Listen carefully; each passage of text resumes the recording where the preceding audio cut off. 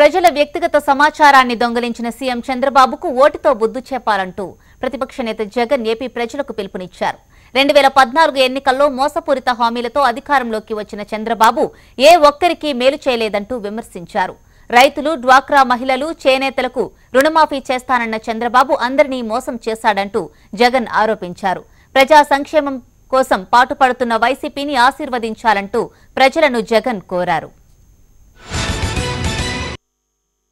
తెలుగుదేశం ప్రభుత్వం ఎన్నికలకు ముందు ఏం చెప్పింది, ఎన్నికల తర్వాత ఎలా మోసం చేసింది అని చెప్పి ఆలోచన చేయాల్సిన సమయం ప్రతి కుటుంబంలోకి వచ్చింది.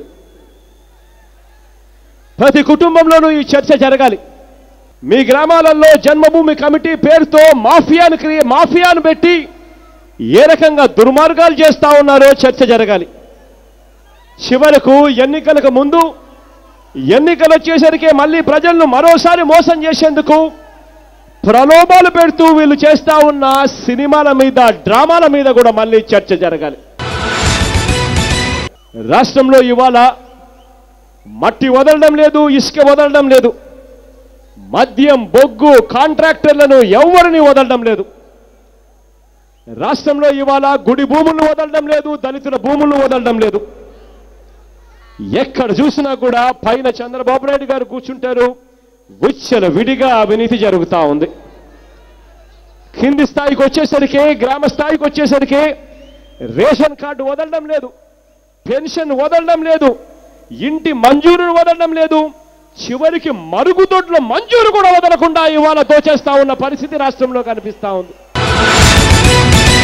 పోలవరం ప్రాజెక్టు పునాది గోడలు దాటి ముందుకు కదలడం లేదు. ఆ పోలవరం ప్రాజెక్టులో బీటలు కనిపిస్తాయి. రాజధానిలో టెంపరరీ బిల్డింగులు తప్ప పర్మనెంట్ అనే పేరుతో ఏమీ కనిపించదు. ఆ కట్టిన టెంపరరీ బిల్డింగులలో, టెంపరరీ సెక్రటేరియట్లో, టెంపరరీ అసెంబ్లీలలో పరిస్థితి ఏమిటి అంటే బయట 3 సెంటీమీటర్ల వర్షం పడితే లోపల 6 సెంటీమీటర్ల నీళ్లు కనిపిస్తాయి. ఇంత దారుణంగా రాష్ట్రాన్ని దోచేస్తా ఉన్న ఈ పెద్ద మనిషి చంద్రబాబు నాయుడు గారి పాలన మీద చర్చ జరగాలి. ఇదే ఎలక్ట్రానిక్ ఓటింగ్ మిషన్ను దొంగతనం చేశాడు అని చెప్పి కేసులు ఎదుర్కొంటున్న ఆయన ఇదే చంద్రబాబు నాయుడు గారి ప్రభుత్వానికి సలహాదారుడుగా పెట్టుకుంటాడు ఈ పెద్ద మనిషి చంద్రబాబు నాయుడు గారు. ఇదే పెద్ద మనిషి చంద్రబాబు నాయుడు గారు వేల కోట్ల రూపాయలు కుమ్మరిస్తాడు, ఉన్న ఓట్లను తొలగిస్తాడు, లేని ఓట్లను చేర్పించే కార్యక్రమం చేస్తాడు.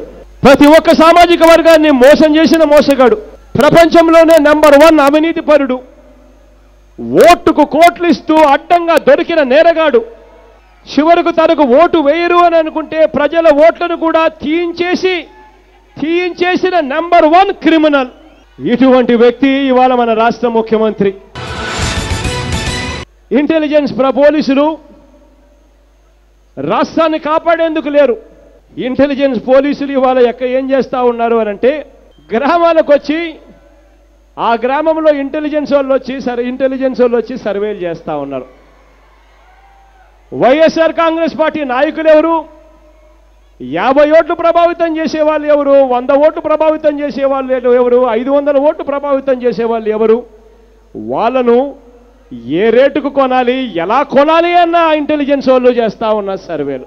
ఈ పెద్ద మనిషి చంద్రబాబు నాయుడు గారు సైబర్ క్రిమినల్ అంటారు ఇటువంటి వ్యక్తిని.